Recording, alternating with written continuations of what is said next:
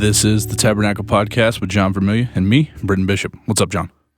What's up is 113. 113. 113. I wanted to surprise you with that, but it was no surprise. It wasn't. We're counting down. It's a countdown. So 113 days, to be exact, until the most eligible bachelor, the only eligible bachelor on staff at the Tabernacle will no longer be an eligible bachelor.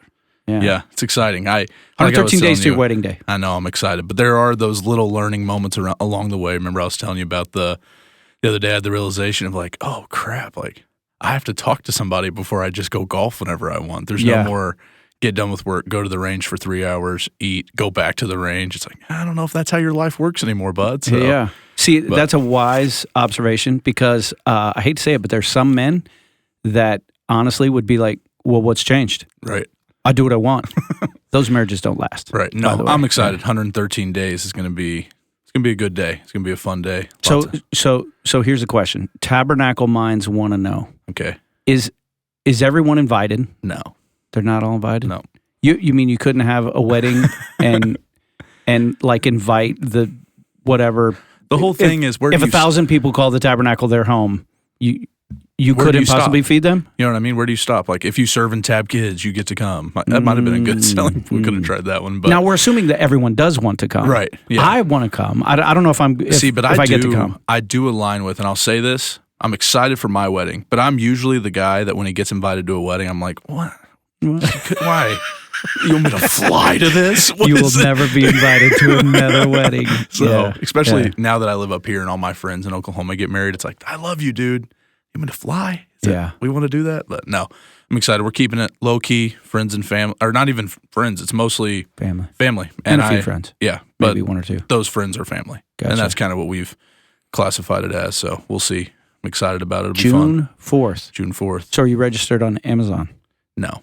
Where are you registered at? Target and Crate and Barrel. Don't know what's on any of those lists, but I know that we're registered there. Yeah. All right. So Britton did not ask me to say this, neither did Hope. But if you want to bless the future bishops. Sorry, was that bad? No, it's all good. It's all I right. don't care. Yeah. People do it. It's not my fault. There you go. So. Yeah. So June the 4th, it's going to be fun. June 4th. Down in GR. Yep. Sweet. I think you might have blushed just a little bit right there. I probably am. I'm excited. The days of going home and just chilling, Hope and I are both just excited to get to do life together. It'll be a good time. So now, when I say blush, it wasn't as red as this shirt. Yeah. When I walked in today, there was at least one person that was like, "You're the brawny man today, right?" I'm pushing paper towels. No, it's because this is our second ever vodcast. Correct. And last week we had the old school dark navy blue like drapes that kill the sound.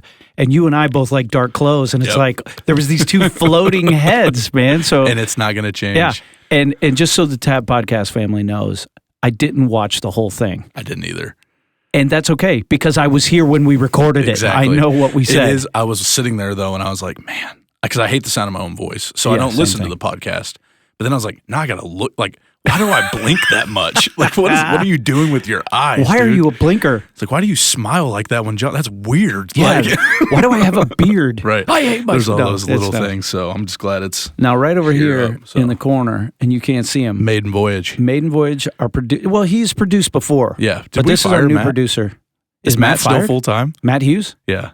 I don't think you can fire Matt. I don't know if you can. I think, I'm a little afraid of him. No, he's we've got our new producer who is the man. Give us the full name. The full name, sitting in this corner, wearing the blue trunks, is weighing in at 125 pounds, is Benjamin Forrest Edison Vermilya. Benji's in the house. For us. Appreciate you, son. I'm pumped. Appreciate you. I'm excited. Sorry we won't draw any more attention to him. But so this week's episode, we were kind of chatting. What are we going to talk about? We're going to do Luke again. Do we want to jump back into our DNA series? Do we want to do a change life story? Those are all exciting things. But this week, I think we're going to jump back into another part, do another episode on our DNA kind of sub-series that we're going through, but with the idea to kind of supplement why we do change life stories and what those actually look like and the kind of the behind the scenes of a changed life. And so through that, there's a DNA statement on our church website that says this, and I'll read it. That way I don't mess it up. We are about changed lives. We help seekers become believers, teach believers to become followers, and challenge followers to become laborers. And so within that, we've got the wheel, and that's kind of just the thing that we talk about as a staff is where's somebody at the wheel? Are we seeker, believer, follower, or a laborer? And so today, just kind of want to spend time breaking that down because often whenever we do our Change Life stories, it's kind of the normal model is birth to following Jesus or laboring for Jesus. But everybody can be somewhere on that wheel, and you can get through somewhere and then find your way back to another part of the wheel. So it's kind of a circle. And so I just kind of wanted to spend time just kind of talking about those 4 things for this episode. So. Right. So Change Lives is, strictly speaking, our vision statement, the vision statement of a church. And the vision, is it our purpose? No, our mission is to love God and love people and make disciples. But our vision, it's what are we trying to do? What are we trying to accomplish? And Jesus came to change lives. He came because he loved us, but he, saw us in our desperate condition, separated from God, separated from one another. I've heard some preachers even say separated from our true selves, who we were made to be. Yeah. But change lives is what we're trying to accomplish. I want to see my life change, your life change, the lives of all the people that call our church their church home, or just even if they just visit and attend once or twice. We want to see that happen. And you choose a vision statement like Change Lives based on something that you're never really going to fully accomplish. Like, is there any end to the change that my life needs to have before I go see Jesus? Probably not. Yeah. I mean, we want to be continually changing, transforming, and which is, I think, that's a perspective that a lot of people don't take into Jesus changing lives. Is it's kind of this one stop, I've said the prayer or whatever, and then my life has changed. And so I think that that's what's interesting about this concept, because I was even telling you when you were kind of drawing the wheel that we'll show later and all that, but it was like, so how do you get from this arrow back to this? And so I think that this is an interesting thing because a lot of people would say like, yeah, my life has changed. Yes. And so in fact, there was a sermon I preached years ago, and I don't remember the text, but I remember the one main point. And I probably stole it from somewhere else because all the good stuff is stolen from somewhere else. But essentially, the main point was this: knowing Jesus equals change. You can't meet Jesus, and we see that in the Scripture. I mean, we're seeing it in the Son of God series right now in the Gospel of Luke. No one who meets Jesus walks away unchanged. You're either for him or against him, but one way or another, you're going to change. You're either on the highway to hell or you're on the highway to transformation and a relationship with God. And so change lives is at the center of it. But how do you measure that? Right. That becomes a problem. And what's interesting is, people will come to our church and then it's like, what are we trying to do? Or they're like, usually they're like a type A businessman. We need to have a program for this and we need to start. Okay, we need a system, right? Yeah. And they want to mass produce disciples. And there was a meeting that you and I were part of just a couple weeks back where we started talking about the Tabernacle's discipleship plan and how that works. And it's very organic. You cannot mass produce disciples. Jesus didn't mass produce disciples. Yeah. In my discipleship journey that probably began when I was 0, but really, I mean, my first moment was 6 or 7 years old when I first gave my life to Jesus. That discipleship journey, that transformation process, that knowing Jesus equals change has been going on all the way to now, and I'm 51. Right. Yeah. And so I think, because even for me, like I'm a new believer in the grand scheme of how long I've been a Christian. We have people at our church that you're a new believer, but you're an old soul. Yeah. But based off of just the time. And so, but so often there's that little piece of complacency in me that's like, well, I get it. Yeah. Like, I get it. And then there's those complacent moments where I kind of lose sight of continuing to seek more change and continuing to kind of see life continue, kind of be purified, or the theme behind Foundry, right? As we continue to remove those impure moments or those impure places to see more Jesus come into my life. And so it's encouraging for me to hear on my end of like my lead pastor that's 51 and is like, the process. And that's, I think for anybody listening to the podcast, it's like, it's process, and the process ends when we enter into eternity. Right. But I think not getting discouraged with the fact that we're just people of process, and that's just the way it is. And that's kind of this change lives piece to this process. You know, the other thing, and you just made me think of this.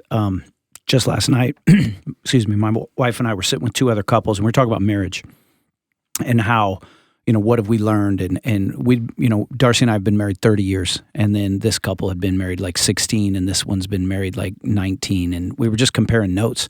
And my wife made a statement like that some of the biggest lessons we've learned about marriage.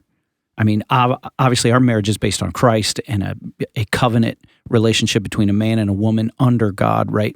So just not any marriage. She was talking about our marriage, and she said, I feel like we've learned more in the last 4 years about how to communicate with one another and so forth and so on.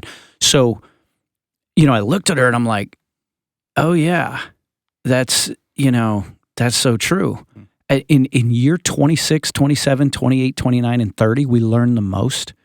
What were we doing the first 5? Yeah. We were in complete la-la land. Right. And so, you know, what might have worked for my faith when I was single had to change when I got married. What worked for my faith when we were married changed when we first started having kids, and you realize how selfish you are, you know? Yeah. And it's like, oh man, the Lord must have thought I was really selfish because he gave me 5, right? You know, and then that didn't work. You know, it's just new layers that you have to learn. Okay, what does following Jesus look like in this season? So I think there's this constant changing, and I think it might be helpful if I, for sure, you know, if we talked about the wheel. Now, if you're a listener right now, you'll have to like look for this on our website, or maybe you'll just have to imagine it in your head. Yeah. But if you're go to YouTube, if you're a vodcaster, then this is kind of the idea that we kind of came up with. This is our graphics Benjamin, can department. they see that? Okay, yeah, I am now the podcast graphics department, right? There's probably a way that you can load this in, but why would we? Why? Because this is our podcast, and we do whatever we want. We do what we want to. And you were like, yeah, just use a Sharpie. Yeah. So, yeah. So if you look, like right here in the center, that's change lives. So that's the goal. Yep. That's kind of what we're after. That's what we're trying to do. So most people start the journey as a seeker. That's laborer. Laborer. Sorry. I can't do this upside down, bro. I need a mirror right over there. No, I don't need a mirror. Sorry. Most people start at seeker, right? And from seeker, they become a believer. Mm-hmm. From believer, they become a follower. And these are all general categories. Right. And follower, they become a laborer. And so, and then there's a from laborer to seeker, and I'll explain that just a little bit later. But just kind of keep that in your mind, just kind of that as we go through. And it's all continues. It doesn't stop. It all continues. It doesn't stop. Yeah. So I think a good thing to do would just be, let's just break that down. So seeker, like when you use that word, seeker, what is that? Who would kind of land in that category? Or we all may at times in our life, but what does that look like? Right. So in my opinion, and maybe if you look back in your own experience, to me, a seeker is everybody. Everybody's seeking something. Yeah. Everybody is looking for something. Like one of my favorite songs of all time is a U2 song. And, you know, came out like, you know, when I was in high school. And, I mean, they were the band. They didn't sound like anyone else. There was rumored that they were Christians and all that kind of stuff. But there was something about it that went straight to my heart. And it's that song, I Still Haven't Found What I'm Looking For. Yeah. Right? And no matter where you go, no matter what you do, it's like it's you know, God provides these little moments of joy along the way. But if we're honest, inside all of us, there's this little spot, the forever empty spot. Right. That can only be filled, you know, preachers now, we go, it can only be filled by the Lord Jesus Christ. And that is true. That is true. I'm so glad you don't talk like that when you preach. The Bible says, yeah, come on, with man. Your sweat towel. Old Southern, get a sweat towel out. Yeah. But I'm not mocking that, but it's true. We're all seeking something. We're all looking for something. There's a Bob Dylan song that says the same thing, and musicians and artists have been trying to capture that. And so seekers are everybody. But specifically when we say a seeker, it's someone who's looking for answers. Right. Answers about life. Answers about, well, where did I come from? What were my origins? You know, is this all just a big explosion? I'm seeking answers about meaning. It's like, what is the purpose to life? Is it just to go to work, make some money, pay the rent, and die? And wash, rinse, and repeat? Do it every day after day, every day, and hope that the Lions will sometimes win? No, come on, man. You better seek something else. You better seek something else, right? But it's, where did I come from? What is the meaning? I'm seeking questions about morality. Yeah. How am I supposed to live? How do I make decisions? What is the grid by which I make decisions? And then ultimately, we're seeking what happens when I die. Yeah. And so anyone who comes to Foundry or comes to the Tabernacle, or even if they don't come, they're seeking something. Yeah, I mean, you could probably think of examples where you see someone that may not actively be seeking God, but they're seeking other things, and you can see it in their behavior. No, 100%. I even think back to my own experience. There was just kind of that span of life where my college football career had ended, and there was just kind of this just gap. It was a few months where it was just like, man, what is next for me? Because whether it be identity or purpose or whatever it is, but I remember as I was kind of continuing in this path in college of I'm going to class, I'm doing my homework, or somebody else is doing my homework, but it's getting turned in, right? I saw how you did that. Yeah. And I'm going to the next party, or I'm drinking the next thing, or and it was like, then there was that realization moment, and I talk about it in my Change Life story, but where I'm sitting there, and it was just that moment of there's got to be more than just this. But I was just seeking that, and I never looked for it. I just had that thought, there has to be more than this. Right. But then what I love about this, I was in a seeker stage, but what I love about the way this wheel works is I was walking through a quad at our campus, and like I said, I've told this story, and there was somebody that was in a laborer stage. And they met me, and all they said was, hey, there's free food tonight. And at that point, I was seeking calories. You were seeking calories. Well played. Yeah. But I went, and there's got to be more, right? And I was thinking this, and this is just kind of just where I was at. And it wasn't, is there more to my morality, or is there more? It was like, no, there's just got to be more than this. Right. This living in Victoria, Kansas by myself, eating the same meal on a exact scale. Like, there's got to be more. Right. And I went, and that was what I found to be more. Yeah. It was this beautiful moment where Jesus meets me in that, and there is more, and it's life on my terms, and it's give me your yes, and all that stuff. But that was my seeker moment. And there have been moments since then where I'm move here and I'm single and I'm sitting in my apartment by myself, and I'm like, man, there's got to be more. I'm lonely. Yeah. And then it's seek a relationship. Exactly. And so there's those moments along the way. But I think the beautiful thing about whenever you step out of that seeker space, whenever we're talking about a changed life and we welcome Christ into that and we become a believer, is now when I seek other things, I know what to seek from. Yeah. And so that's good. Because I think before, when I was seeking in a relationship standpoint, I didn't know what I was looking for. I just knew I was looking for the opposite sex. Yep. That was my goal. The opposite sex that wasn't too bad to look at. But now I'm in that seeker stage, and I have a relationship. I'm a believer. I'm a follower, and now I have something to seek from. Mm-hmm. And I'm like, man, this is what Jesus tells me. This is what this process should look like, and this is who I'm looking for. And through that journey, I found hope, and it's like, man, and it's cool seeing how God uses that stuff. And so that was just some examples of seeking in my life, at least. Oh, and that seeking term is broad. Yeah. So if you've ever experienced any form of ambition, business, sports, school, with the opposite sex, relationships, whatever, ambition is seeking. Mm-hmm. If you've ever gotten out of bed in the morning and said, I got to do something, you're seeking, you're looking for something, you're looking for meaning, looking for purpose, whatever. And so even the person that gets dragged to church by their parents or dragged to church by mom, it's like, okay, fine, yeah, okay, I'll go. Even though you didn't come to church seeking Jesus Christ, we know everyone is seeking, Some of the classic scriptures that come to mind about seeking, Jesus said, ask and it will be given. Seek and you will find, right? And so there's also, I looked up Jeremiah 29:13 in my man's ESV study Bible. Not that it is about man, but, real men have study Bibles, is what I'm trying to say. Thank you, Fight Club. But he says, for I know the plans I have for you, declares the Lord. Plans for welfare, not for evil, to give you a future and a hope. Then you will call upon me and come and pray to me, and I will hear you. You will seek me and find me when you seek me with all your heart. I will be found by you, declares the Lord, and I will restore your fortunes and gather you from all the nations and all the places where I've driven you, declares the Lord, and I will bring you back to the place from which I sent you into exile. Now, full disclosure, that was a promise made to Israelites by the prophet Jeremiah. Right. But the principle is still true. Yeah. When we start seeking God, he doesn't stay hidden.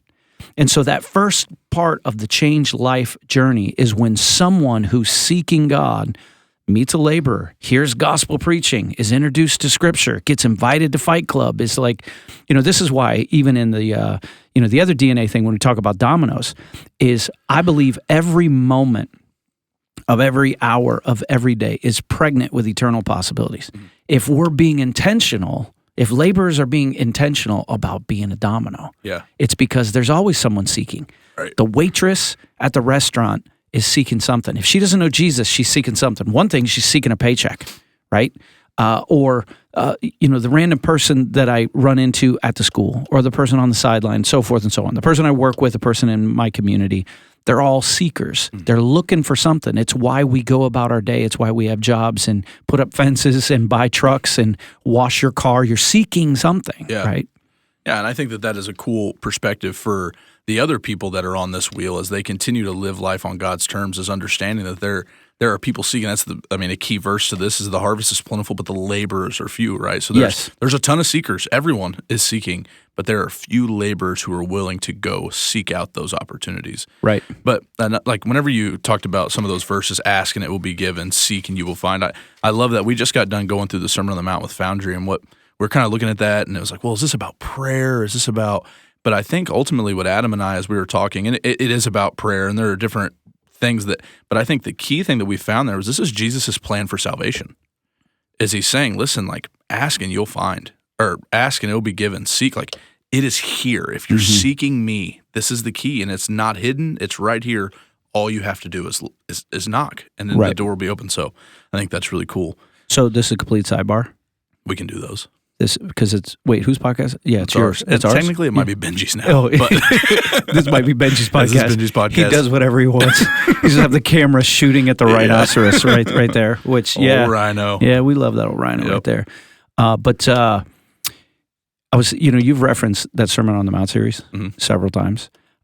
Make sure you don't delete that, because we don't do it right now. But in like 3 or 4 years when we're dying for like a summer series, and be like, hey man, you still got that Sermon on the Mount series you did at Foundry? Because you and Adam killed it. Yeah, it took us a while. Can we just pull it out and we'll preach it in big church? It was a very similar. I'm trying to prep them, right, to raise up the next generation to be ready for long series. Yes. Because they go to a church that we do long series, and that's just how it is, because we're going to preach God's word. Yeah, we're going to take the long way around. But I'll never forget the moment when the new series we're in is called The Gospel, and this awesome bumper, David Hoflinger killed it on it, but this Billy Graham starts preaching, and kids start clapping, and I'm like, man, they really like this. They love Billy Graham. No, they were just glad that Kingdom Culture was over.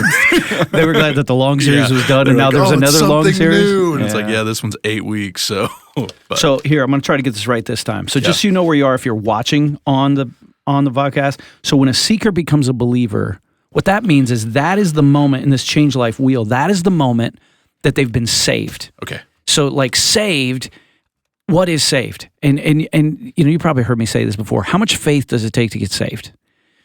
Jesus said that faith the size of a mustard seed could move a mountain. Right. So it's not that I'm not walking around with my faith chucking mountains. Yeah. The point is that just a little bit of faith, it's not the amount of faith that I have. It is faith in whom and how much power he has. Yeah. And so the moment someone, in Scripture says that, that it's by grace that we're saved. In Ephesians, it says for it's by grace we're saved through faith. It's a gift of God, not by works, so that no one can boast. So I receive God's grace. If you confess with your mouth that Jesus is Lord and believe in your heart that God raised him from the dead, you will be saved. Yeah. We just have a moment, just say, praise Jesus. Praise God. Yeah, I love that, right? But it's at that moment that a seeker becomes a believer. Right. That means if the world ends or they get hit by a bus, they're going to heaven. Yeah. They're going to be with Jesus. So what I'm hearing you say is to go from seeker to believer requires nothing on my part other than receive by it's faith. It's not do something to get there. Nope. Which I think is something that sometimes people get twisted. Well, I'm just not. Well, thanks for saying that. You know what I'm saying? Because that's the piece that I want. Like, there are parts. I got to work hard to become a believer. Yeah. No. But there are parts in the wheel that involve getting after it. Yes. But that section of this kind of change life wheel you're talking about is receive only. Yeah. That's that Ephesians 2, 8 and 9 that you're talking about. And I think too, the key piece there is a lot of people are like, man, but I'm so bad. I don't know how this, I understand for you, maybe that's how this looks, but for me, I probably got to clean up a little bit. Huh. And the conversation I always have with people is don't cheapen grace like that. Yeah, don't cheapen it. Because I'm telling you it's bigger than it. And that was something we got to talk about with our students at a group. But there's that picture, though, with the believer that is just, there's so much freedom. Yeah. It's almost that sometimes I'm like, man, I wish I could go back to that first moment where it's just, I can remember it like it was yesterday, right? The gym at Celebration Community Church. We weren't even in the big room. We were in the little gym, and I'm down on this concrete thing, and it was just this moment of, oh, this is different now. And I couldn't tell you why. Don't know. And it's like you talking about, it's a tingle. It's all the stuff. But it was different now. Yeah. And there was something when I left that gym that was, oh, there is more. Now my life is built around figuring out what that is and how do I serve this more. Yeah. Right? So, well, I think what you're describing, it says in, I believe it's in Romans, in that moment you cross from death to life. Yeah. You were a dead man. Now you're a live man. Yeah. Now there's a lot of people that stay stuck at believers. You know, when you were just sharing that, I was thinking, you know, both you and I have the opportunity to travel quite a bit and preach. And, you know, a lot of my travels are more in the past and yours are in the future. But except for in June, they're together. Oh, yeah. We get to do an FCA event. Yeah. camp. FCA Sports Camp. Yeah. We're doing the Michigan free shout-outs. FCA. No free shout outs, FCA. Yeah. We're kidding. Just so complete sidebar. If you have a kid who's in high school sports or not even high school sports, he could be in homeschool sports. He could be in whatever. He could just be interested in just go find, I don't even have the website right off here, but if you go FCA Michigan, you'll find the camp. But what I'm saying is how many times have we been in an event and the event host, it's a concert or, you know, I've been at a music festival, thousands of people, and it's like present the gospel, and I present the gospel. And there's a bunch of people there that are Christians already, but a bunch that are not, that just got invited. I present the gospel. You give them an opportunity to receive Christ. They might raise their hand. They might come forward. They might stand. They might do whatever. They crossed from seeker to believer. Yeah. Now, the hard part is I don't know how many of those moved beyond that. Right. But this is why we say things that heaven might be a surprise for some people. We've held events here at the Tabernacle, like a WOW game dinner. We've held little outreach events with students, and sometimes someone crosses from death to life, from seeker, becomes a Christian. They're transformed. They're redeemed. You know, they become a child of God, and then they, you know, get in a fight club, and then they become a member, and then they get married, and then they have kids, and they're still here. We see those, but some of those people, I see them around town, and it's like, you know, they might come at Christmas and Easter or whatever. This is the point I'm trying to make. Believer is saved. It may not always look like what we think it should look like, but it's still saved. Yeah. And I'm saying that because there's a lot of people that give up hope on themselves and they go, well, you know, I accepted Christ one time and it was real, and the seed just kind of never really blossomed, and they either beat themselves up or it's someone in their family and they doubt it. And then you're at a funeral and they're like, well, you know, I remember they were at Bible camp and it was real then, but, you know, and their life was taken too short the last couple years. I always try to remind people God's a good God. He's a sovereign God. And he says that the only thing required is to believe on him. In fact, it says in John chapter 11, verse 25, this is right after Jesus raised Lazarus from the dead. Right before, Jesus says to Martha, Lazarus' brother, he said, I am the resurrection and the life. Whoever believes in me, though he die, yet shall he live. And I know as preachers, sometimes we can complicate things. Yeah. At least this one can.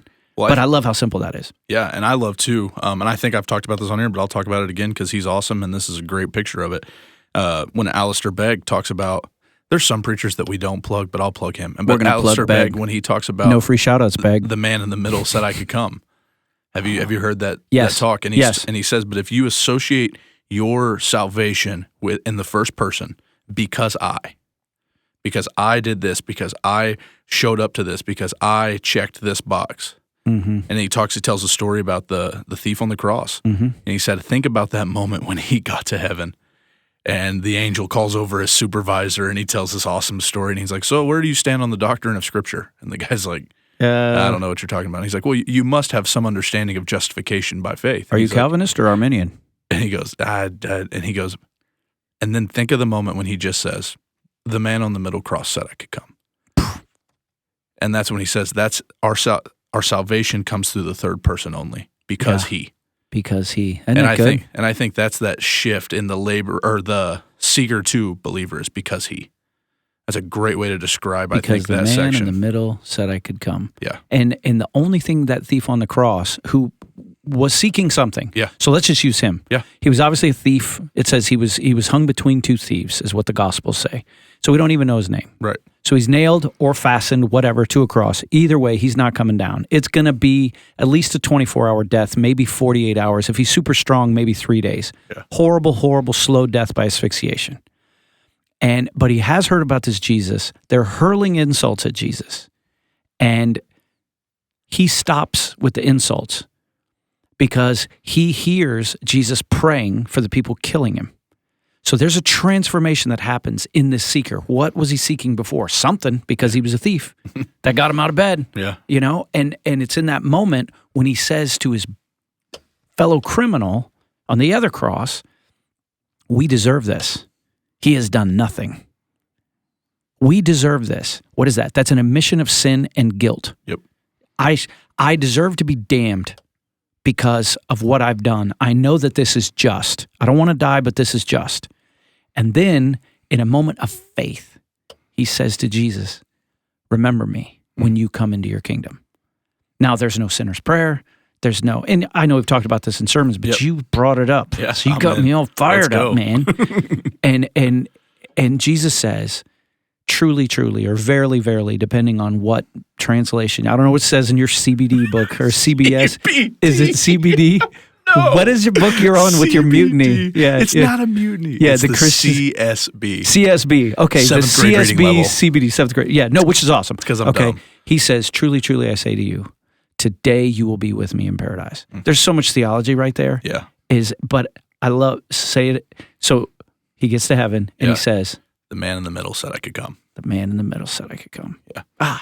And I just think that's a cool, and you gotta, I love the clip, it's on YouTube, of Alistair Begg preaching that, and he does it with his incredible Scottish, it's just awesome. The man in the middle said I could come. Yeah, it's so good. Alistair Begg, we'll push him. No free shout-outs, but no we free will push shout-outs. Alistair Begg, and he's a Manchester United fan. Moving on. Yeah, so just so you know. I don't even know what that means. Yeah, no, I'm just kidding. I do. Go Tottenham. I don't know. Yeah, go Tottenham. Well Spurs. Played. Yeah. So if I've got this right, we've got seeker believer, then you become a follower. Okay. Now that I think you were talking about, and I want you to break that down a little bit. You said this is no action on my part other than receive. Yeah. But then you kind of were like, oh, this is getting after it. Your opinion. Yeah, so I think, from follower or from believer to follower. Yeah, I think believer to follower is where we start really seeing this picture of the cost of discipleship. And we start seeing this stuff come to fruition when Jesus is teaching the disciples, listen, you're my disciple. You're in. You're my disciple. But then he starts showing them what it's going to look like. I think of the scriptures that we see, that we actually just kind of, let me get to it, that we just got done with, where he's sending them, and he's, on the last podcast episode in Luke, where he sends the disciples and he gives them this picture of, listen, you're in. You're on the team, but this is what being on the team looks like. This is what it looks like. You're going to serve. You're going to be persecuted. You're going to suffer. And I think that a follower is somebody that comes to terms with those things and goes anyway. Whereas I think for a believer, there are people, like you said, that have, through faith by grace have received salvation, but that's where it stops because it gets hard. Mm-hmm. Following Jesus is difficult because there are promises that he gives us that are, you're going to suffer, you're going to be persecuted for not my name's sake, and it's all of these different things. But I think that followers are people that go anyway. Yep. That they look in the face of, man, this conversation at work is going to be difficult, it's going to be awkward, and I might not be the fun guy anymore. Right. If I walk in and say, hey, man, that's not what I do anymore. Right. If I walk in and I'm honest with somebody, but I'm going to go anyway. I'm willing to abandon everything I was for the sake of following Jesus. And that's that picture that he gives in Luke, and we're going to get to it. I think we're going to skip over it this week, but we're going to get to kind of Luke chapter 14, or is it 15, the cost of discipleship. Yeah. Well, he says it multiple times. Yeah. He says multiple times he gives them exactly that. Those are the words I was thinking of, the cost of discipleship. Yeah. It's in Matthew 16. Yep. I think it's in Luke 10 or 11. Yeah. But in all the Gospels, he says, if anyone would come after me, he must deny himself, take up his cross, and follow. Now, I'm thinking about a new and fresh way to communicate that, because I love how you said on the wheel, when someone becomes a Christian, so you move from being a seeker, and you don't even know what you're seeking, but you finally find the way, the truth, and the life. You find the light of the world. John chapter 10, verse 10, Jesus says, I have come that they might have life and have it to the full. Yeah. And so dead men become alive. But what's the difference between someone who just believes that Jesus is the Christ and is going to be saved and a follower? And why should I do that? Why shouldn't I just believe in Jesus and live how I want? There's a big question. Yeah. So maybe this will be helpful. Yeah. Maybe this metaphor will fall apart. I didn't plan this. It's all good. Because we don't plan the podcast because we're busy people. Exactly. We work more than 2 days a week. Podcast day and 3. sermon day. Yeah. 3. So on June 4th, you're going to get married. Correct. Now, you are receiving a wife by faith. You're receiving a relationship. I'm not saying God's your wife, but I'm saying just follow the parallel. Now, from that moment, you are married by law. Mm-hmm. You could do nothing. You could say, well, I'm married, and then not live in the same house as Hope. You could be married, not live in the same bed, or not sleep in the same bed, not share the same meals. You could marry her and go to the other side of the world and do whatever you wanted. Legally, you're married. Your relationship with Hope is going to suck. Yeah. Or you can choose, and this is, I'm not saying follow Hope, but when we say follow, that's like I'm going to walk with, in relationship with. Yeah. Now, when we walk with Jesus, we follow Jesus. But this picture of you and Hope walking through life, you're going to learn more about her in year 1, and then even more in year 2. And then there'll be a breakthrough in year 5, and there'll be a breakthrough in 15. This woman, like if it's anything like my marriage and the marriages I've heard described, I learn more and more about her all the time. She's still, there's no depth to the mystery that is woman, right? Yeah. Imagine the mystery that is God. And so someone that's going to be a follower of Jesus, he's beckoning you into deeper relationship, and that requires something. Yeah. Same thing it's going to require when you get married, to deny yourself, take up your cross, because it ain't going to be always rainbows and unicorns, right? And follow, to walk on this journey. So I don't know if that's helpful or not, but to me, that's because that's a choice. Right. That's a choice, and I think it's a common sense choice. Yeah, and I think too, I don't know, maybe you can correct me if this is wrong, I think that following is where it's no longer religion, it's relationship. Yes. And so, because somebody could say, I'm a Christian. Point. Yeah. But I think this is something Tim has said often whenever somebody asks him, what do you believe? And he says, I'm a follower of Jesus. And I think that there's a lot of people that would classify themselves as Christians that are Christians, like you're saying, that came to the Wild Game Dinner or the event and they've put their faith in Jesus. But I wouldn't say that they're followers of Jesus. They're Christians. And that's probably splitting hairs, but I think that makes sense, at least to me and you it does. And who cares if anybody else gets it? Well, when you say splitting hairs, the other thing that we probably have to qualify is you and I, we sit in judgment of no man. Right. Like we don't get to decide who's in and who's out. Only you and God know your heart. Yep. Man looks on the outside, God looks at the heart. So someone could say I'm a Christian. Someone could even, go to the altar, to pray the prayers, go through the motions, but they may not really be a Christian. Yeah. Who knows? When you look at who's in Foundry, or you look at who comes to, the Tabernacle, one of our campuses on a weekend, or even as a member, or even on the board, or even on staff. Yeah. Only God really. So we sit in judgment of no man. Right. But this little model that we're describing helps us understand, because we're humans. Yep. And so it's like, and it also helps us understand what it is that we're trying to do as, people in full-time ministry. Yeah. But it's also for people who aren't in full-time ministry, it helps them understand what's next for me in my journey. Because this process we see all throughout Scripture, right? So the seeker becomes a believer, the believer becomes a follower. And I liked how you said it. Now that requires something from me. Yeah.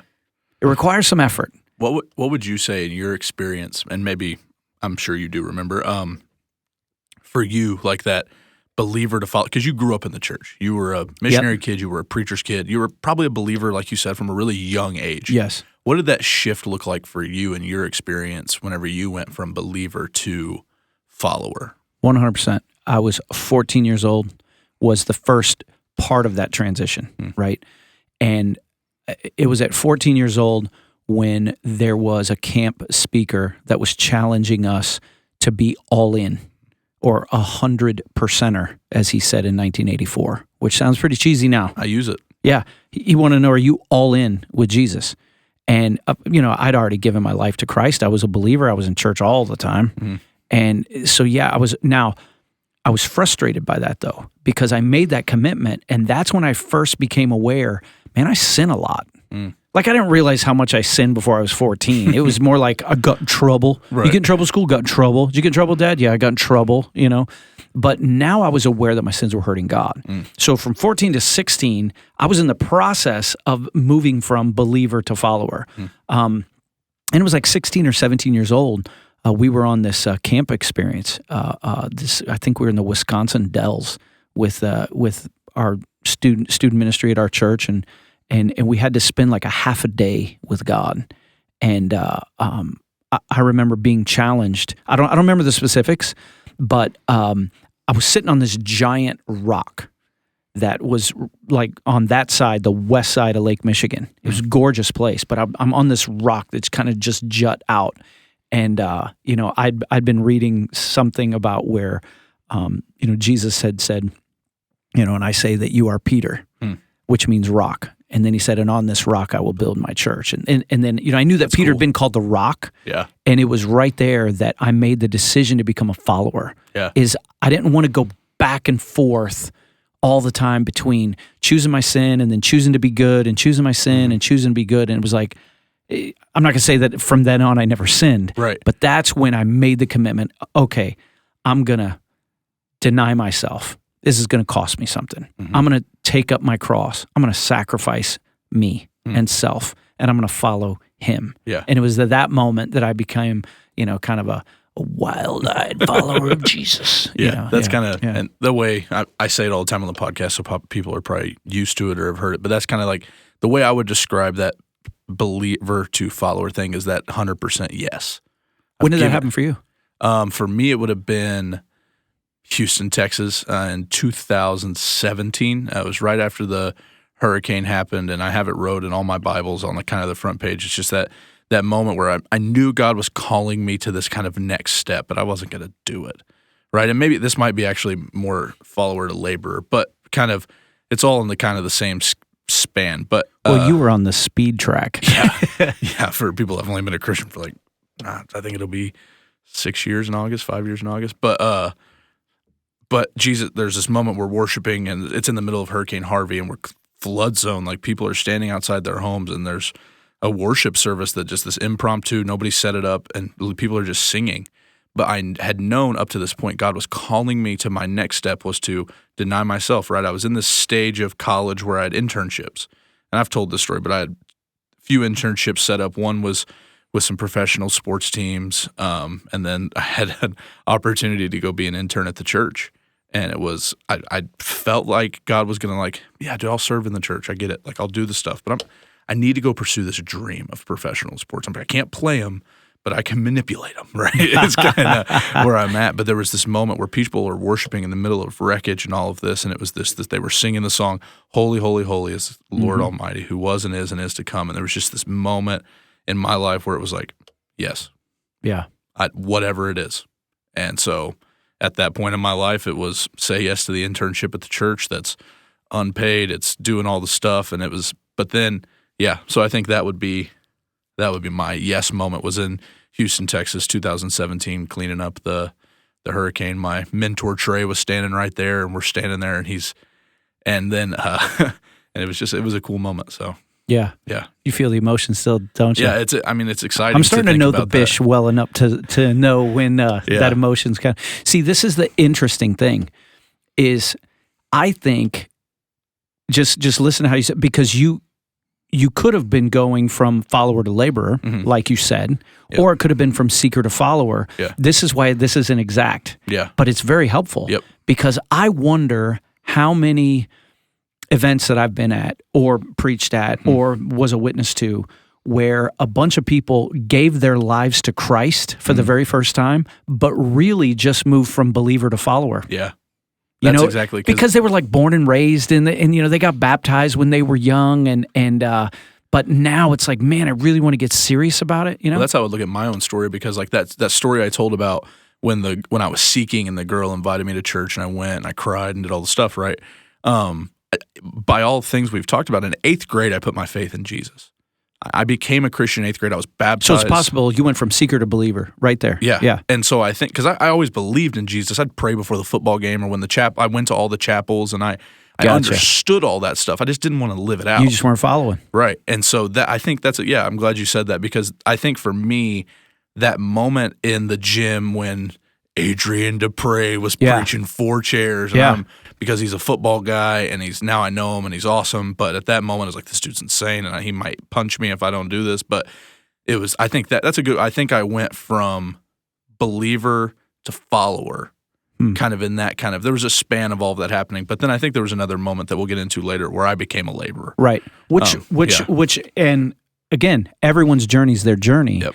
And the point is we're trying to get as many people saved and as many people following and as many people laboring, because we're about change lives. And so this process, that last one from follower to laborer, I don't think I need to put up the circle again. I do have a question though before we jump into that one. Go for it. So would you say, because I've heard the thing, so my brain works different, I think guys' brains, girls' brains, whatever. So would you say that there are areas of my life where I'm still just a believer but not a follower, but then there could be other areas where I'm a follower? Yeah, now you're the one jumping ahead. Okay, yeah, there is. Yeah, okay. No, but no, you can tease that out. That's why the wheel, in my mind at least, the way I understand it, keeps going. Gotcha. Keeps going. Yeah. So that last, quadrant or whatever is when a follower, and usually, man, if you're following, you're going to become a laborer. Right. There's just no by default. By default, because you've given him your yes. Yes to where do you want me to go? How do you want me to serve? I'm saying no to sin. I'm saying no to my flesh. I'm saying yes to you all the time. And then we get to somewhere like Matthew chapter 9 that you already referenced. Yeah. And he says it in Luke as well. Yeah. I think it's in Luke 14. I could be wrong there, but if I am, maybe Skylar Bibles needs to send me a better Bible. Another one. Yeah. Send me another one. Goatskin, please. But would you do calfskin? Oh no, I did goatskin. Absolutely, but you can't have enough goatskin. Yeah, you can't have enough goatskin. Yeah.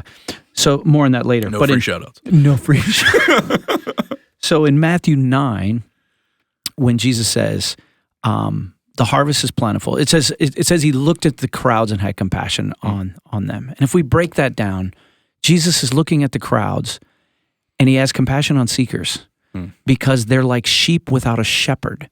What do sheep without a shepherd do? They're seeking security. They're seeking safety. They're seeking sustenance. I just did alliteration. That was 3 S's in a row. Nice. I am a preacher. Dang, calm down over there. Yeah. Andy Stanley. Oh, calm down, Andy. Right there. No.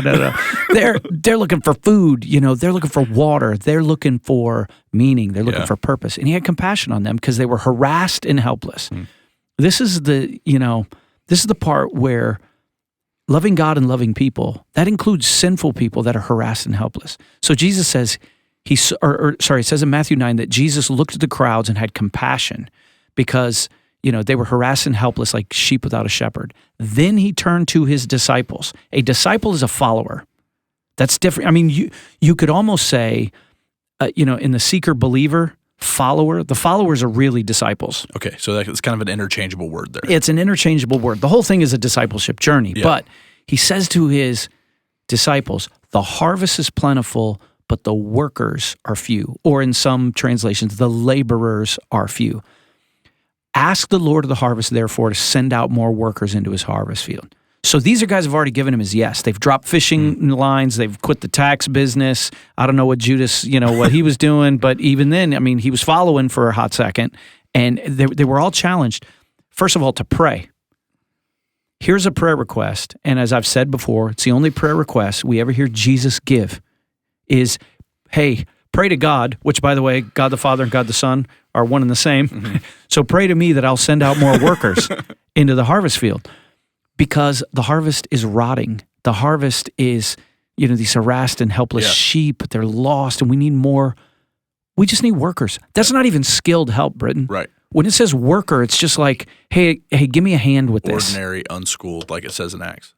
Ordinary, unschooled. The harvest is plentiful. And as we've said before, it's the only prayer request that only you and I can answer. You, me, and Benjamin, right? We can say yes, and we can be a worker in the harvest field. We can be a laborer in the harvest field. And when that happens, that's when that wheel goes all the way around, right? Now, what do laborers do? Well, laborers are servants, right? So these are the people that are being dominoes. They're serving in the church. They're serving outside the church. They're seeking the lost. They're part of the Great Commission. The mission of the church: love God, love people, make disciples. It isn't just preachers. It's also people that send preachers. You could be working hard at your job and tithe and triple. It says that in Romans, right? Where it says, "How will they know unless someone preaches so there's stages to that?" It isn't all about everyone must be the person that can explain the gospel and lead someone to Christ. Would that be great if that could happen? Yes. Is everyone going to do that? No. And by the way, I can't remember if it was a conversation I was having with you or if I was having a conversation with another preacher, but I think we should be done shaming people for that. I've heard people, this is a complete sidebar, but let's just go there. Because I don't think laborer, like when people hear laborer, they go, well, look, I'm trying to follow, I'm trying to be, but listen, laborer, that's going to mean I'm going to have to talk to somebody about the gospel and pray with them and lead them to Christ, and I can't even pray with my own wife, right? And then I've heard pastors say, I think the statistics are 90% of people will never share their faith, and 95% will never lead someone to Christ by praying with somebody. And then they use that to bludgeon us. When the fact of the matter is, you can still be a laborer and not do that. God doesn't call everybody to that. Because what is it? He sends. What are the breakdowns? There's prophets, evangelists. What are all the? Oh yeah, the prophets, the evangelists, the pastors, the you're talking about Ephesians chapter 4 to equip the saints to do the work of the ministry. Right. And if you believe in the domino concept, which is God uses different people at different times in order to bring people to himself. But it's God, it says in John chapter 6, verse 44, God who does no one can come to Jesus unless God in heaven draws him first. And so to the person that simply invites someone to Foundry, if they receive Christ in Foundry, you were a laborer. Even though you never, even if you were just a kid that was like, hey bro, there's going to be a cool concert at Foundry, you want to come? And it's, dude, there's also nachos, and Britton's pretty cool. I don't know if people in Manistee speak that way, but I'm just making that up. Nobody says I'm cool. Nobody says you're cool, right? Well, he's scary and has a big beard, That's a laborer.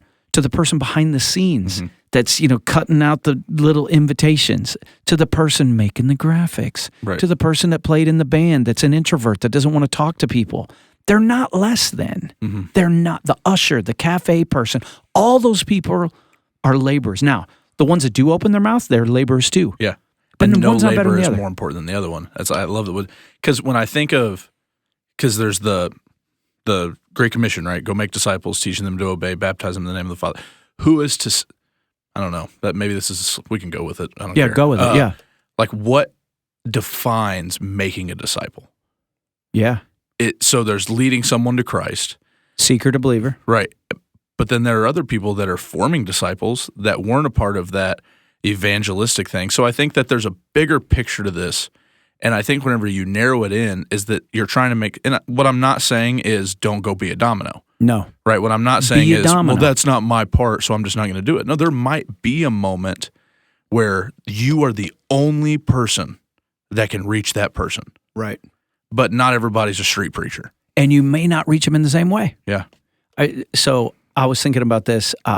You shared a story with me a couple months back, and it was my favorite story of 2021. Oh, here we go. Some guy that you went to school with in your before Christ days spoke with, I think, Trey or some pastor or some youth pastor from there.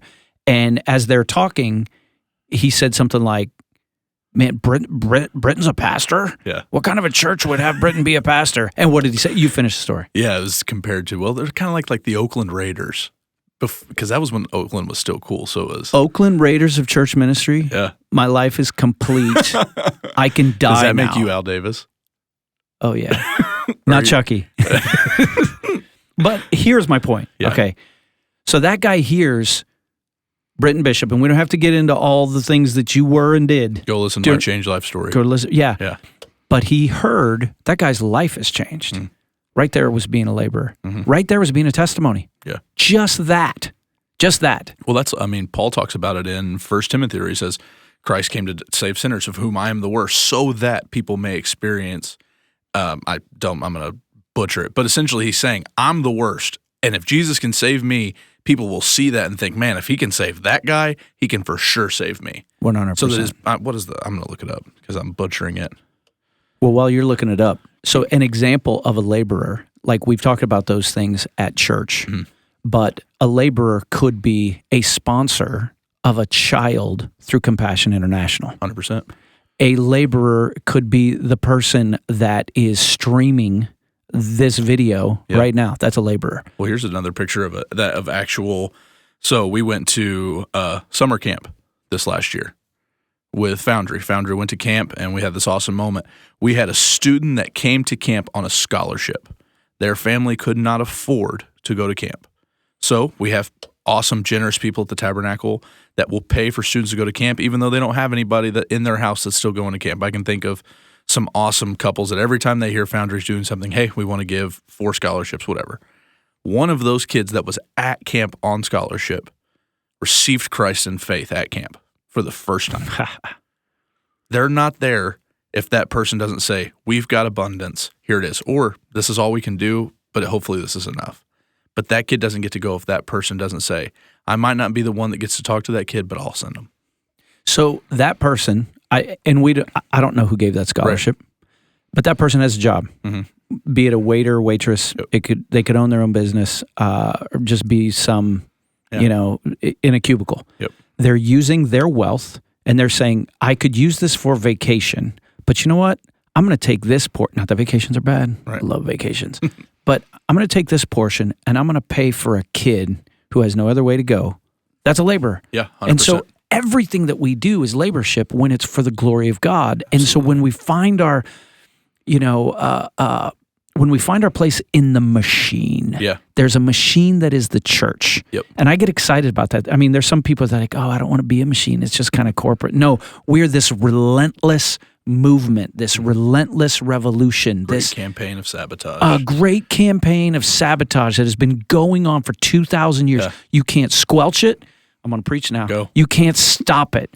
You can't burn it down. You can't kill it. You can imprison it. Mm. It's going to keep going. Wherever it goes, it is the ultimate pandemic. Mm. But it's not a disease. It's actually the cure. Mm.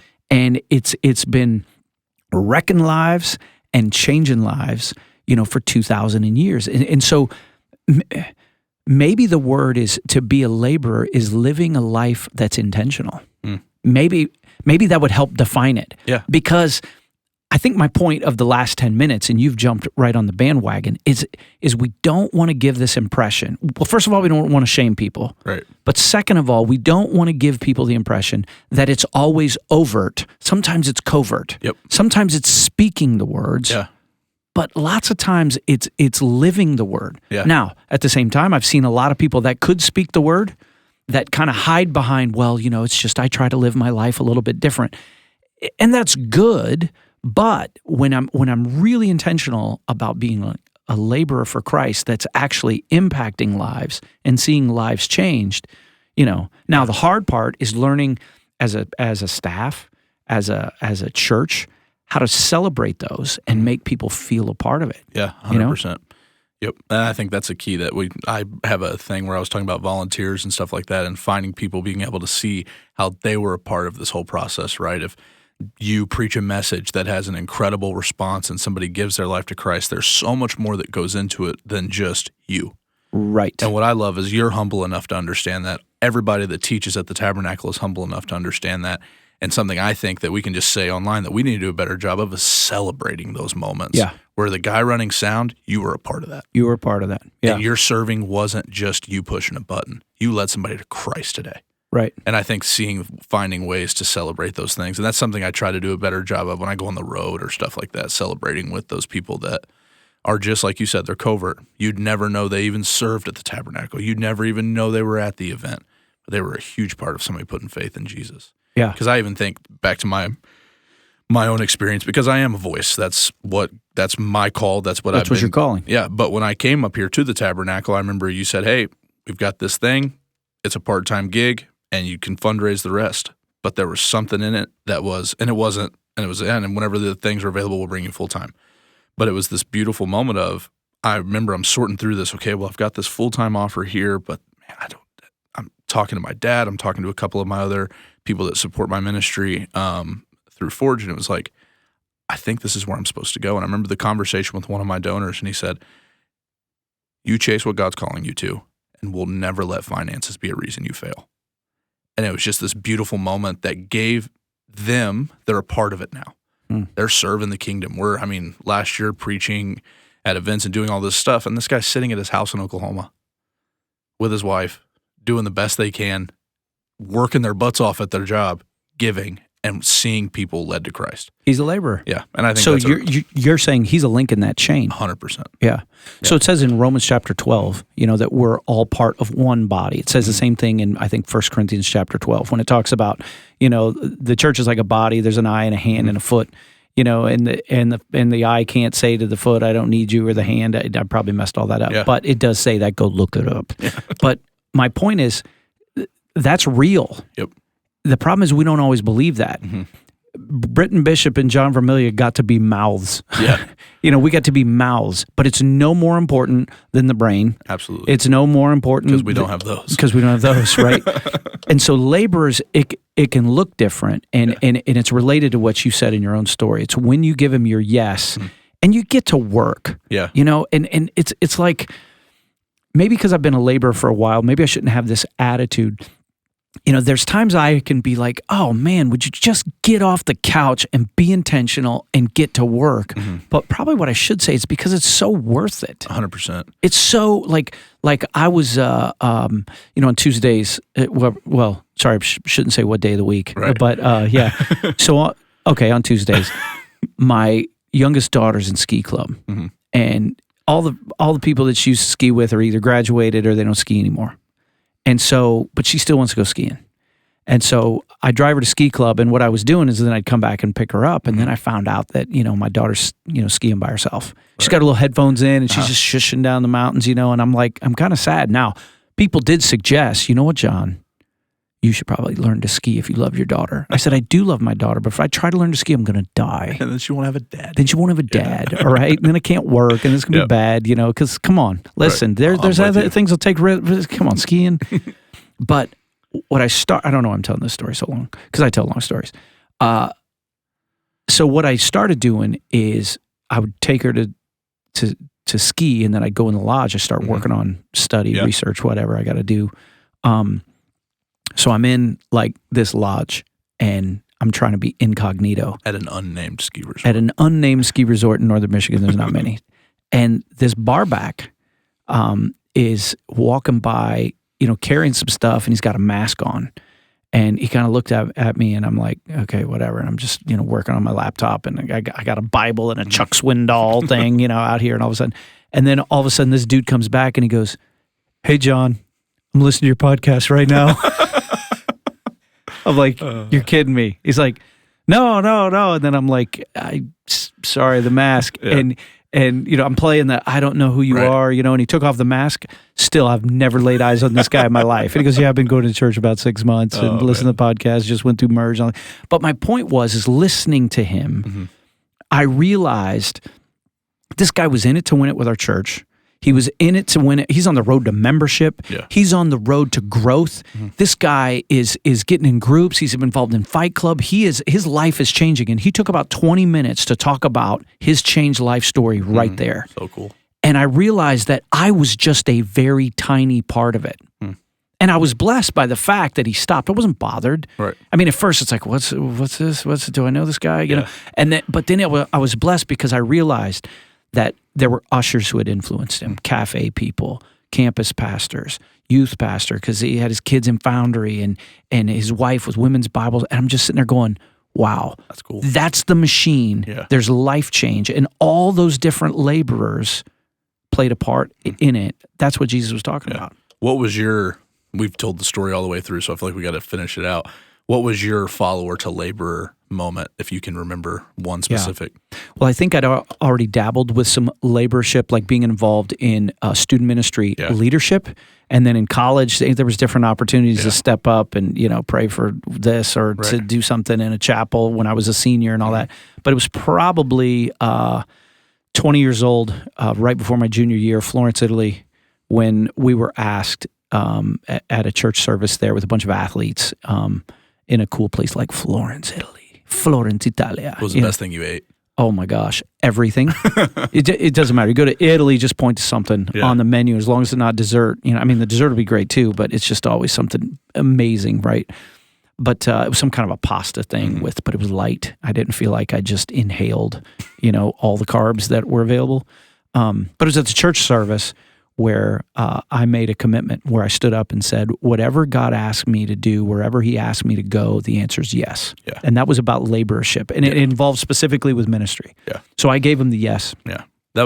Mine would probably be Houston, but then there was also that moment, and I've talked about it with you, I don't know if I've ever shared on the podcast, when I preached for the first time. And I understood what my laboring was going to look like, because I didn't want to do that. I say this all the time. I'm not, by default, not intelligent, like school-wise. Based off standardized testing and all of those things, right? I'm very low into the spectrum when it comes to that type of intelligence. I disagree. Well, you should go to class sometime with me. Well, but as I started studying scripture and stuff like that, I was like, man, I don't know if I'm not that guy. But I remember my mentor Trey was like, hey, I'm going to Haiti. I was like, oh, sweet, that'll be fun. He goes, yeah, you're preaching this week. And I was like, whoa, what? And he goes, yeah, and you got to lead the leadership team meeting, and he literally was just like, this is yours. Big student ministry, bigger than both our Foundry campuses combined. Like he's like, it's yours this week. I'm like, dude, this is I could ruin everything you've done. Are you sure? And he's like, yeah, you got this. And so there's this moment. But I remember after I got done preaching and I'm sitting kind of in the office, everybody's gone, and it was just like, this is it. Dang it. Because the sermon prep process was full of joy. Getting to present God's word. You came alive. Yeah. It was. See, that's why I said I disagreed, because you found something that you were motivated to study and that you are incredibly intelligent about. Like, you're the youngest preacher on our teaching team. I bounce ideas off of you all the time. Yeah. And I bounce ideas off of all the guys, but maybe it's because, we're usually in the podcast room. Right.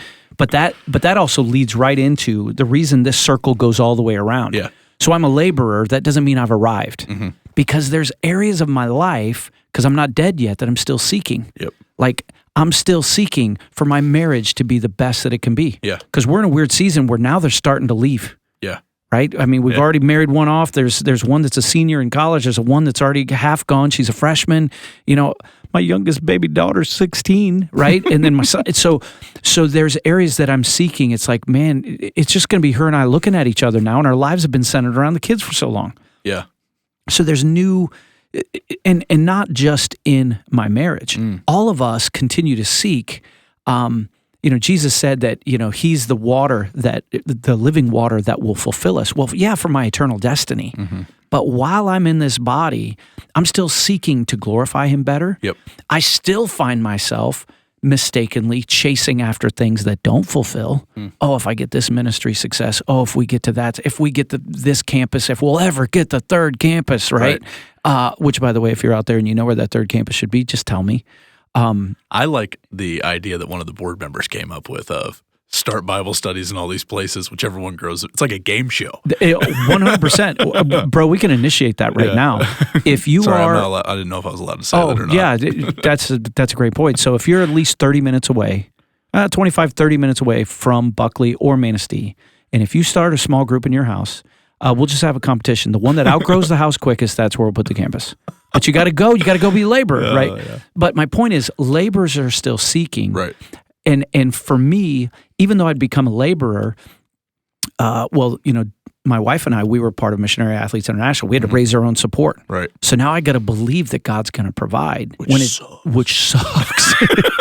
And and he shouldn't provide. Right. So there's deeper levels of believing that, when we had kids, man, can I really raise a child? It's like, I got to trust God more with raising a child, And then when he starts, as you're believing him, because he's coming through, he's like, okay, remember that area of your life? You're going to follow me there? Yeah. And the way, if you go to my Change Life story, was episode 1 and 2, the way my wife and I got here is Jesus was beckoning us to follow him someplace, and we didn't know where. Yeah.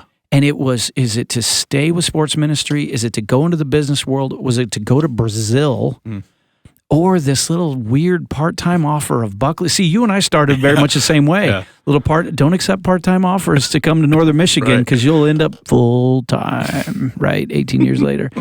But it was, we'll go anywhere, we'll follow you. Yeah. But I had a similar experience to you, is I was in ministry, but I wasn't in preaching. Now, I spoke. I was invited to speak when I was with the Charlotte Eagles, Missionary Athletes International. And I'm traveling the world and I'm sharing the gospel. But more and more, especially when I stopped playing on the pro team, I was asked to speak on behalf of the pro team.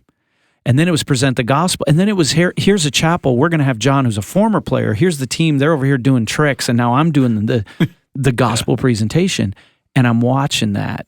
And so then I started venturing out. And similar to you, I got asked through Forge to do a camp, 5 days in Butts County, Georgia.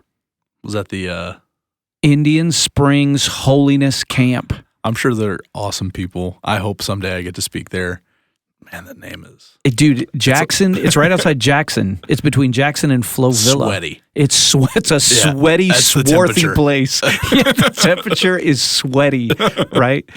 And dude, I preached morning and night for the first 10, or it's a 10-day camp. So the first 5 days, and then they had another guy. So you did 10 messages?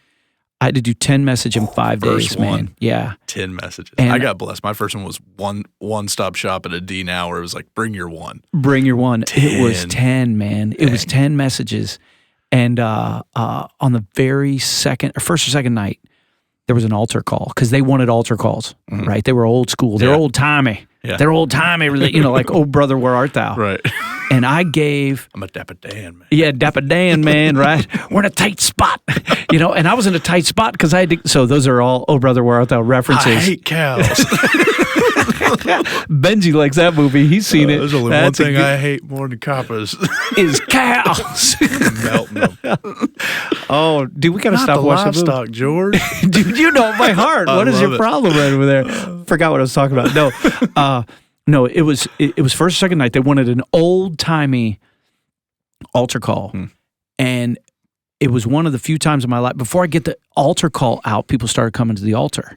And then I gave the altar call, and literally everyone except the band and like 5 counselors were at the altar. Awesome. Out of like 250 Did you wear kids. A suit? I did not wear a suit. But I was sweating through my clothes. It was a unique movement of God.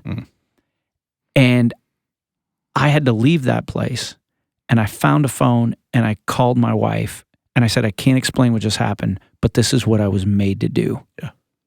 And so from there, I went from, because we were in that process of, Lord, we'll go wherever, even if it's Buckley. And then I had that moment of, this is the new labor that I have for you, John. I know you said you'd never be a pastor, you'd never be a preacher, but this is what you're going to do. Yeah. Now, I'm not trying to make this about me, but I'm using this as an example. Podcast, you can do whatever you want. I'm like, yeah, but God, is this going to fulfill me? Buckley's not going to fulfill Northern Michigan and snow and camo and big trucks and hunting deer. I'm still seeking. And it's, are you going to believe me that I'm going to provide for you? Yeah. 2 years up here. And then next thing I know, I've lived here 5 years, and I'm the lead. How did I become the lead pastor? I lived here 5 years. Yeah. I was only going to stay for 2 and then go to some place that was more metropolitan. Yeah. And it's that wheel. And now it's at that place where now I don't want to go anywhere. Yeah. This is the only thing I want to do. This is the only church I want to be at. Yeah. Other churches have called, hey, when you're done with your little experiment in Buckley, you want to come and be on our teaching team? No, I don't want to be in another church. This is the only place I want to be. And you like deer hunting now. and I like deer hunting, and I own camo, and I've got a truck with big tires, and yeah. But I also have to trust, and you do as well, that if God does call, that's frightening, because now this is my comfort zone. Right. And he's the God that loves to smash comfort zones. Yeah. And I think, too, whenever you look at that wheel kind of going in the complete circle, the example that came to mind for me is the pastors group that I'm a part of. And there's an area of my life where, like, I'm still kind of a believer. I believe Jesus is good enough to do this thing, but I don't, am I going to follow him there? Am I going to labor in this place?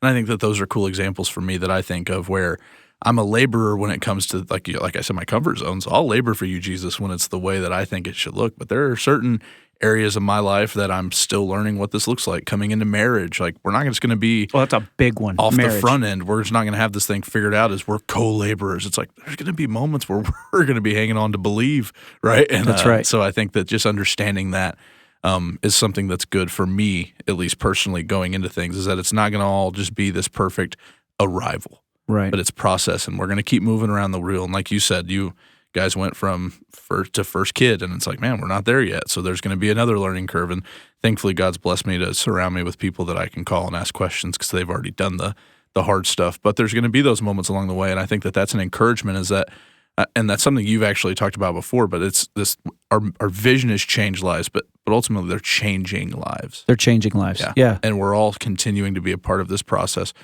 And am I willing to take up my cross? Am I willing to submit to God? Am I willing to submit to his process? Something Tim talked about, trusting his process. He did a sermon about that. And I think that's the key to this change lives things, is we're trusting his process for what life change actually looks like. It's not mass produced, like you said at the beginning, but it's faithfulness to God, his glory alone, and just keep saying yes. Yeah.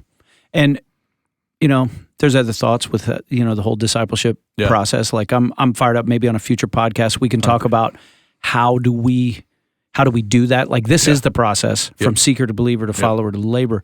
What does the tabernacle, what does the church do? Or where do we provide that, I guess? Because you can't force anybody to move along that journey. 100%. In fact, if you're listening, watching, I would I would challenge you to consider where you are right now. Are you a seeker? Are you, and I guess we should qualify, a seeker who's not a Christian? Yeah. I would invite you to become a believer. Yeah. Are you a believer, but it's time to take the next step and actually follow Jesus? That invitation isn't just for the chosen few, that's for all of us. Right. It's for all to become Christians, become believers, but to all believers, the invitation is to become a follower. Don't stay where he found you, because that's 1 degree away from death. That's 1 degree from cesspool, right? So let's start following and joining in this process with him, this transformational process.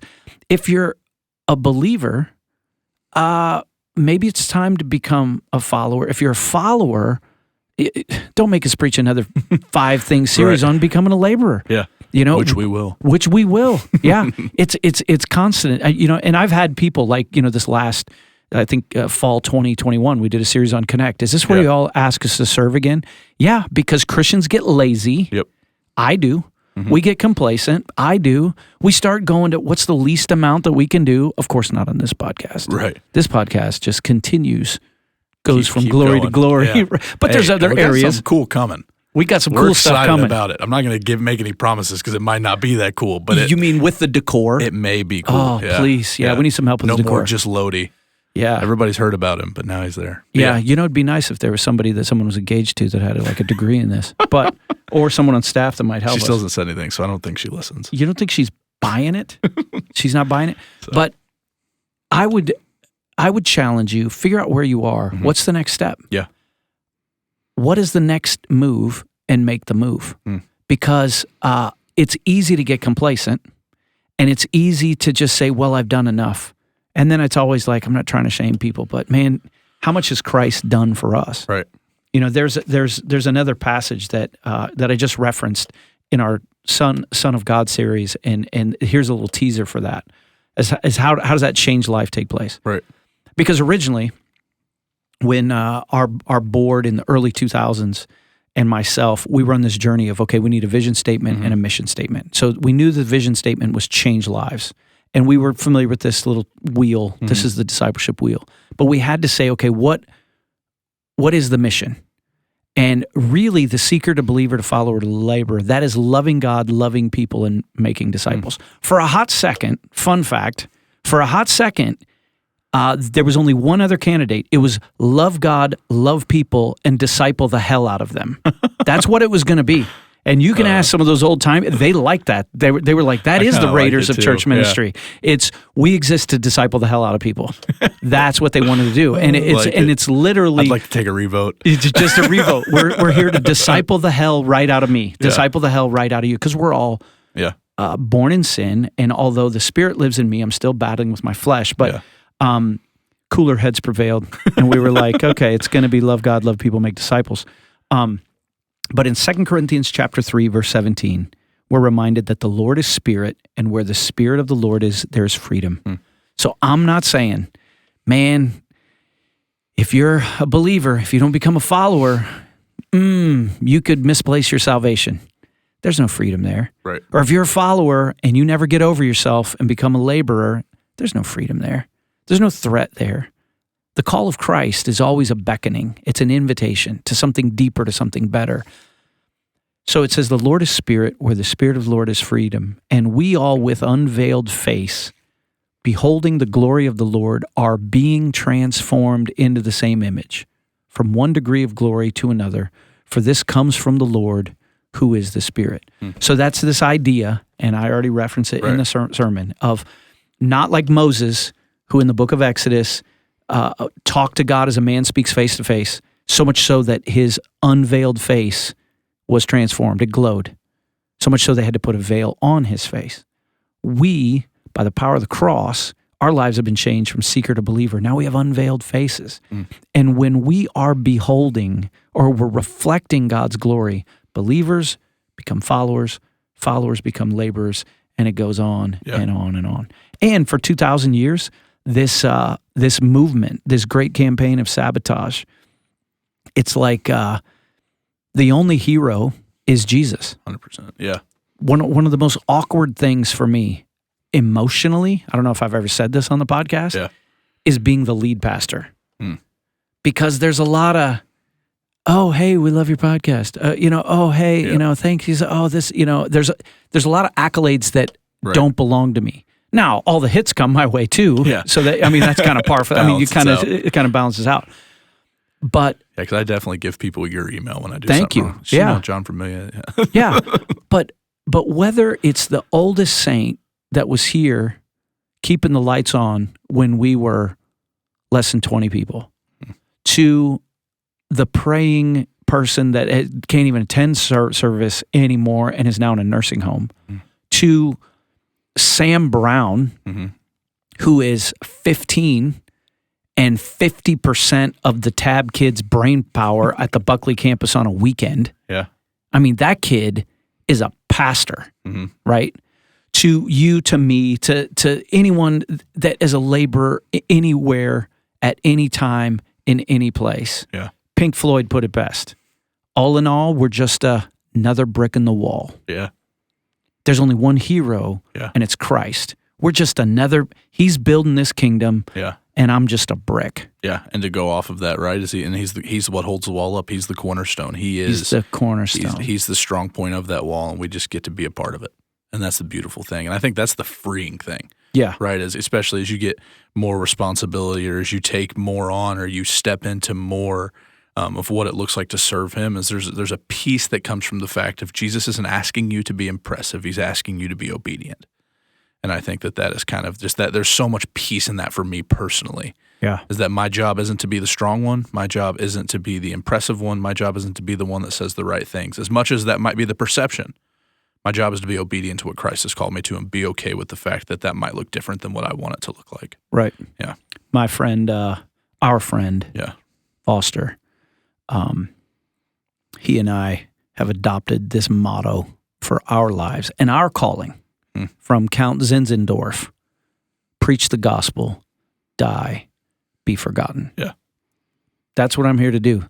That's a seeker who became a believer, who became a follower, and I want to labor, and I don't care if I'm remembered. Yeah. I don't.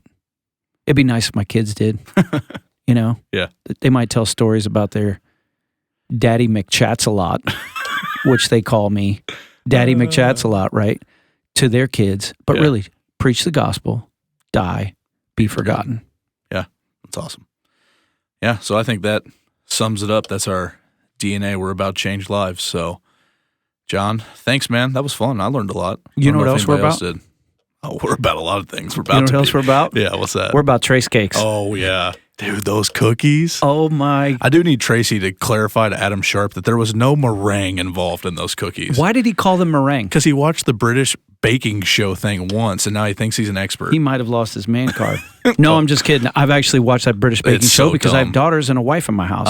Hope made me watch it one day because it was like because you love your fiance. It's the buffer time between church is out and football starts, and she's like, "This is what we're watching," and I'm like, watching. I'm like, "This is so dumb, dude." They're like building castles out of food. Okay, so back to trace cakes. Yeah, is last Sunday at the Buckley campus. Tom and Tracy Kalita came backstage, and at first I saw a look on Tom's face, and I feared for my life. I was like, he's had enough of us talking about his wife's business, her side hustle. Yeah. It's not even her main hustle; it's a side hustle. But then I saw this glorious box in her hands. There was a box of cookies. I don't even want to know how much those retail for, okay? Because I know they're not cheap. Because every cookie, there were these glorious sugar cookies, right? So good. Was immaculately decorated in a Ted Lasso TV show, Ted Lasso themed cookies. There was Ted Lasso, there was football. If you haven't seen the show, don't worry about it. Hot brown water. There was hot brown water, biscuits with the boss. It was amazing. I didn't want to eat them. Yeah. And if you haven't seen them, but sure enough, we did. Oh my goodness! I'm glad I hurried up and got some pics that I put on my Facebook page or on the public page. But took them to Manistee on Monday. They were gone. Yeah. Like I was ashamed of how fast they were gone. I think just for the sake of advertisement, if we were able to post a picture of like a cupcake in the coming weeks, it doesn't have to be this week, then it'd be next week. But I think for people to see, like, I want people to get a full picture of the array. I mean, obviously they can look at her Facebook, but I'd love for them to be able to look at ours. Yes. And continue to be able to be that avenue. Yeah. And maybe now my goal was to have trace cakes right here. Right there. Right here on Thursday, but they didn't make it past Monday. Yeah. So we either need more, and they're not meringue, Adam Sharp. Yeah. Meringue, what is that? Some sort of pie? Idiot. Hey, you work with him. I know. Yeah. We're the Bash Brothers. Yeah. So, and there may or may not be a discount. Maybe. We don't know if Couldn't there is. tell you. There might be. So my marketing department in my head is saying that here is the discount code. If you're going to make an order through Trace Cakes, and I highly recommend that you do for your next event, whatever. Super Bowl's over, but any of that stuff. Yeah, just whatever. It's My like birthday. Yeah, Britton's wedding. Yeah. Yeah, if maybe. you want to make an order, send it. Yeah, and there's cookies, cupcakes, cakes, the whole deal. You can find Trace Cakes on Facebook. Yep. And then we're suggesting, she hasn't promised us it yet. No guarantees here. But there's, like when you look for the discount codes online, like you're about to buy something online, you're like, I wonder if there's a discount code. Yeah. And some of them work and some of them don't. Try one of these.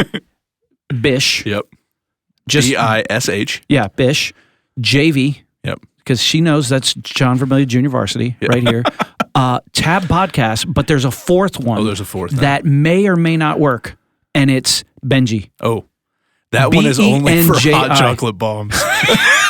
If you're ordering hot chocolate bombs, but you got to spell it right. BENJI. Don't put this BENJIE. Who's that guy? No. That guy lives in the city. So it's BENJI, right? If you're ordering hot chocolate bombs. Yeah. And that may or may not get you a discount. Yeah. Of 1% or more. It depends on Tom. Or none. Or none. We don't know, but it's worth a shot. But yeah, and then Skylar Bibles, we're always looking for one of those. No free shout-outs. No free shout-outs. Skylar Bibles, man. You know that you're really into God's Word when you move beyond. Now listen, any God's Word is good. Even on your device is good. Yeah.